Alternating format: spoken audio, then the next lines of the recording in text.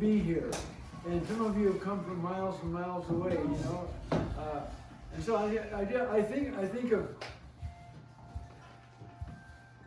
of the time before any of you were alive when I fell in love with this beautiful lady right here, and I was going to the university at BYU, and all I ever knew was I grew up with my twin brother. We never had a family like with girls and just the two of us.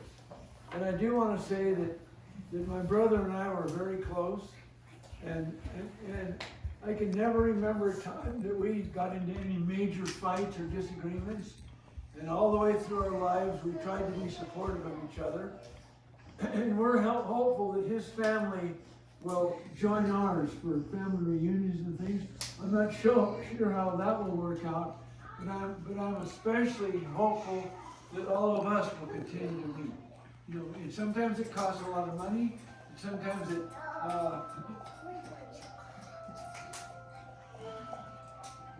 I remember I was engaged to her. We were both going to Brigham Young University, and believe it or not, I had no idea how I was going to come up with enough money to be married. I didn't know. I was working at takeout catering. I got up at 3:30 every morning and went to work and worked till 8, from 4 to 8, and I was paid 95 cents an hour. And somehow I could get by on that. But now I had a wife, but before we actually got married, we were sitting in the Cougar Eat. Some of you know where that is. It's with the Wilkinson Center. And that's where you buy food and stuff. And we were sitting there sharing a 30-cent hamburger. Couldn't afford the fries, but we got the hamburger and some water. But anyway, we're sitting there, and my fiance asked me a question that, in all honesty, I never in my whole life had thought about. It never even entered my mind. And we were due to be married in the temple in about a month, and she said, "Honey, I'll never forget this as long as I live." She said, "Honey, have you ever thought about how many children you want to have?" And I thought, well, children? I never thought of it before. I don't know. I mean, I didn't have an answer. It never crossed my mind that when you get married, you have children. And I must have been really dense, you know. And she said, "Well, do you think you'd like to have a lot or just a few?" And I said, I didn't have an answer. I just couldn't answer. But I did come up with this answer, which it turned out to be very true. Exactly. I said, "I don't know how many children we should have. I guess we'll just take whoever the Lord sends." And He sent all of you. And I'm so very, very thankful for each of you. And I'm thankful that this sweet lady was willing to have our daughter Catherine and all of you men that are here. She was willing to have you. And I'll never forget she'd had a miscarriage. It wasn't a miscarriage. She'd given birth to Brian, who passed away. And I'll never forget, we had enough of you children that having children was just natural. I didn't really think much about it. And at the time I was teaching seminary at Cedar High School, and the basketball season was on, and they had a big huge game that was played that night in the gymnasium. And I remember I said, "Honey, is it okay if she goes into labor on the night of the big game. She goes into labor. And I, what are we going to do now? And so I took her to the hospital and dropped me off. I Finish the game. It's okay. I never remember what she said. I feel everything's going to be all right. And so I had the name of the sheriff. What was the name of the sheriff? Ira Chapman. I got his phone number, and he's always at the game. In fact, we used to kind of sit for him. Look, if something goes wrong, here's his phone number to call Ira, and I'll come right to the hospital. I mean, that is how And I'll never forget, weeks before Brian was to be born, we got the crib out, and the crib had been used by every one of you. It had big bite marks in the sides of the crib. I had to sand the whole thing down, you know. You have I had to go get badgers in there or special something? paint. I had to get special paint that didn't have the special paint so the baby wouldn't be poisoned. And so we painted the crib, and she had all these little things up on the crib so the baby could look up and they made noises. You know what they have on them.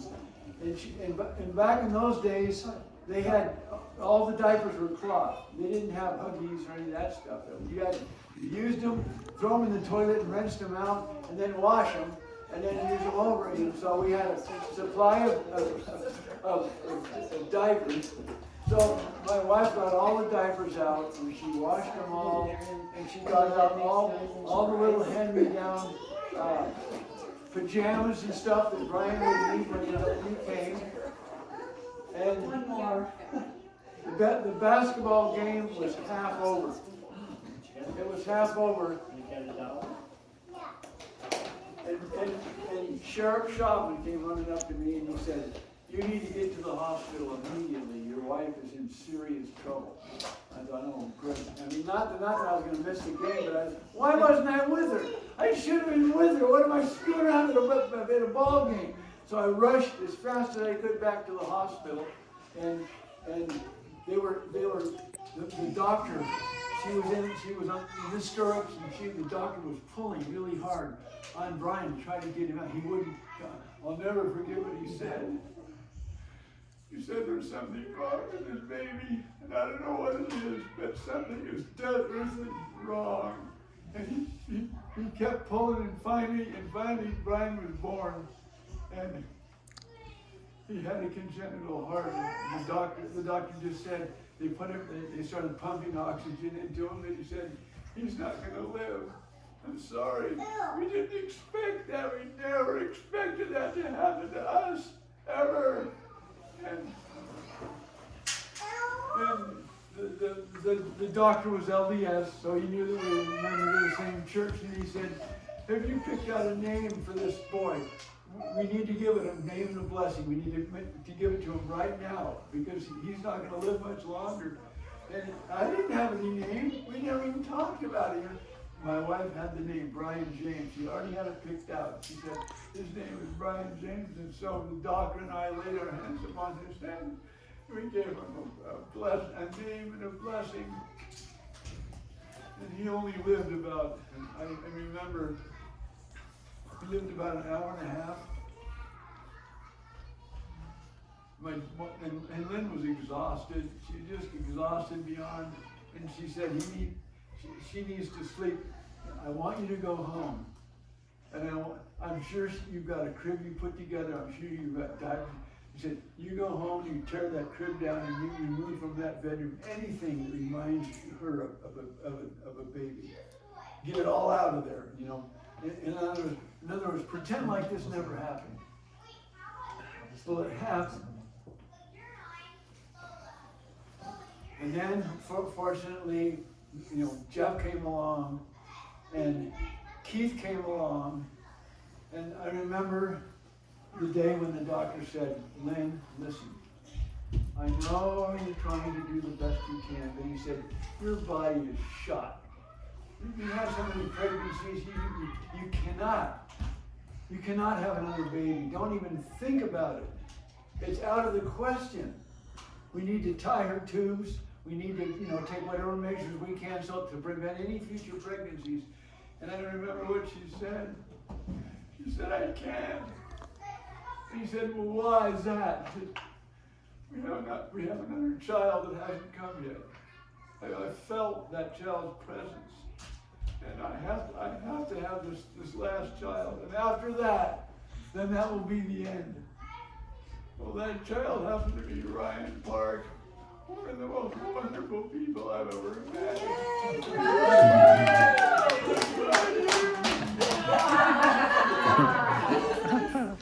Jesus. Well, I've had one of the rare opportunities to be in business with one of my sons. I was in business with each of you when we were doing pool tables and setting up trampolines and selling stoves, all the stuff we've done over the years to be in business that has been really good. So I want to tell all of you, and I mean this from the bottom of my heart, every one of you sisters who has joined the Parke family, and we have joined your family, you know, and we are so thankful for you. We're so thankful that you're part of our family and we're part of your family. I'm so thankful that we've joined the Johnson family. The Johnsons are wonderful people, and we love them, and they're part of us, and they're part of you. And you know, the same with the Brinkerhoffs. We've joined the Brinkerhoff family, and they've joined us. And the same with all of you. I can go through every one of you. With Deborah, we joined Deborah's family, and they joined us.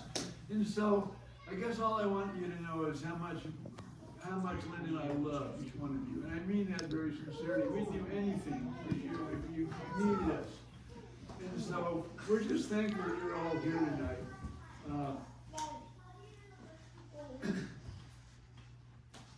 We're really excited about our new son that's on its way. And the son's not on his way yet. It will be.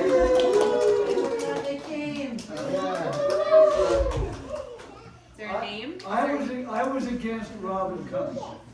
I told Jeff, I said, whatever you do, don't you dare come to this don't you dare come to this Christmas party. She needs to stay home. We don't want to have any risk in any way against this little boy that's on its way. Well, they came anyway, and we appreciate it. We do. We're so thankful. You know? So I just want to leave you with the feelings of Lynn and I. We have your pictures all over our house. We look at them all the time. These calendars came from pictures we had. And the only regret I have is we don't have enough pictures of Richard and Jordan. We don't have a huge collection of pictures. These others we had more. So it's not personal. It's not flooded with your pictures. Nothing is personal. We just didn't have the pictures. But we didn't choose them. Facebook did. Facebook chose them. We didn't. I don't have Facebook. I'll text you pictures. I'll text you pictures. We're so excited because these new pictures we take, that we just had taken. This has all of us. All of us except one little sweetheart with red hair that didn't cooperate. But aside from her, everybody else is in the picture. And it's okay. Yeah, there was one. I'm sorry. We're going to chalk that up as a win. So just in closing, and I don't want to keep us any longer, but I just want all of you to know, sincerely, from the bottom of our hearts, that we love each of you so much, and we're so thankful that you're a member of our family. It made our lives so enriched, so wonderful, and we're proud of all of you. All of you you're all doing very well, and we're really thankful for each of you. So you keep up the good work, and thankfully, the good Lord above blessed all of us to come to a family, you know. And I was talking to Catherine. She's my only daughter, okay? So I asked her if she'd conduct my funeral, and she probably freaked out, you know. What? but anyway. Well, we can't have it at the church because they won't let a woman do the funeral. So we're having it at the we'll church. probably have, but Good Protestant church. we didn't. Just switch to the parking But Say the church is not the only church. We just want each of you to know how thankful, deeply thankful we are for you. You know, we just love all of you to death, and we just want you to know that we so appreciate each of you as being part of our family, and we becoming part of yours. And it's just, Lord bless us with these families, and in the end, when you get down to it, we more than anything else, we've got each other. We've always got each other, and that is a great blessing. And we so love and appreciate all of you. And I just want to share that with you. And we want to send you back to your homes with our love and our deep appreciation for who you are. And thank you. I'm just thankful. I wish my brother was still alive, but he's not. But so I somehow ended up to be the patriarch of the Parke outfit. You know, I'm the oldest. So, but I want to say this. my brother needed to go. He needed to return home. You know, at the funeral I talked a little bit about my dad, and I also wrote a sheet that I haven't given you yours. You did, but I left it. Okay, I got it. I'll get it to you. But I was gonna show it to Dawn when we got home. I was looking for it. I left it. all of you will meet my dad. My dad was one of the most wonderful people. My dad, if you could mail order a dad, I want him to be kind and understanding and sensitive and caring and just make the list. That's what my dad was. And we only had him for 12 years till he was killed. But I know that he is waiting there for each of us. And I wish you will know him. You will meet him. You'll meet my mom. You'll meet Brian, who passed on.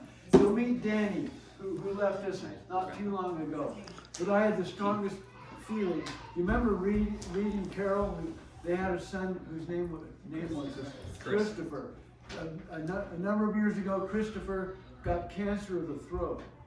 And they took him to every program there was. He was a member of the DARE group. Who was it that visited him before he passed away?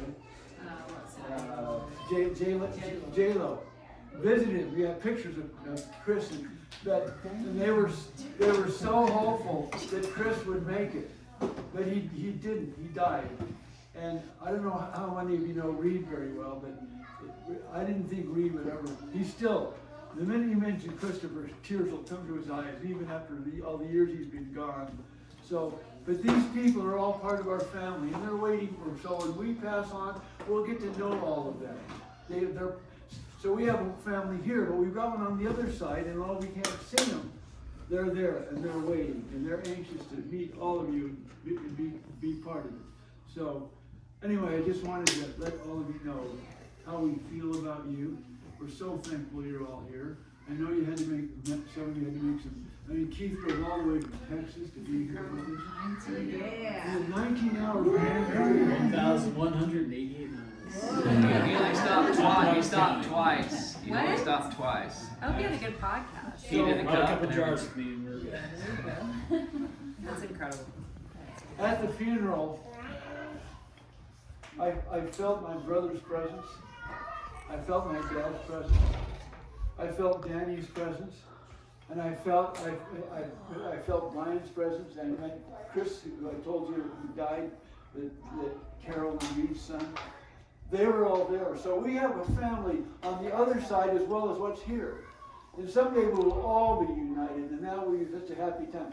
Where none of us are in a hurry to get there. So just keep going, keep being faithful, keep doing your duty. But it's wonderful that we're going to be a family together forever. Lauren will always be stuck with me. Same with Jillian. I used to get the biggest kick out of it because I called Catherine to razz her. I'd say, Catherine, where's Jillian? She said, I don't know. I said, well, I know where she's at. She said, where? She didn't tell me when she left, and I haven't seen her since yesterday. You know? Well, she was with Lauren. You know, they used to fight before she moved out to go to college, and now they're the bosom buddies. They can't stay apart, and they're going to the same school. So anyway, we just want you to know if there's any time that my wife and I can be of any service to any of you, don't hesitate to contact us. Okay, let us know. And we'll do whatever we can to help you. So, thank you very much. Appreciate your.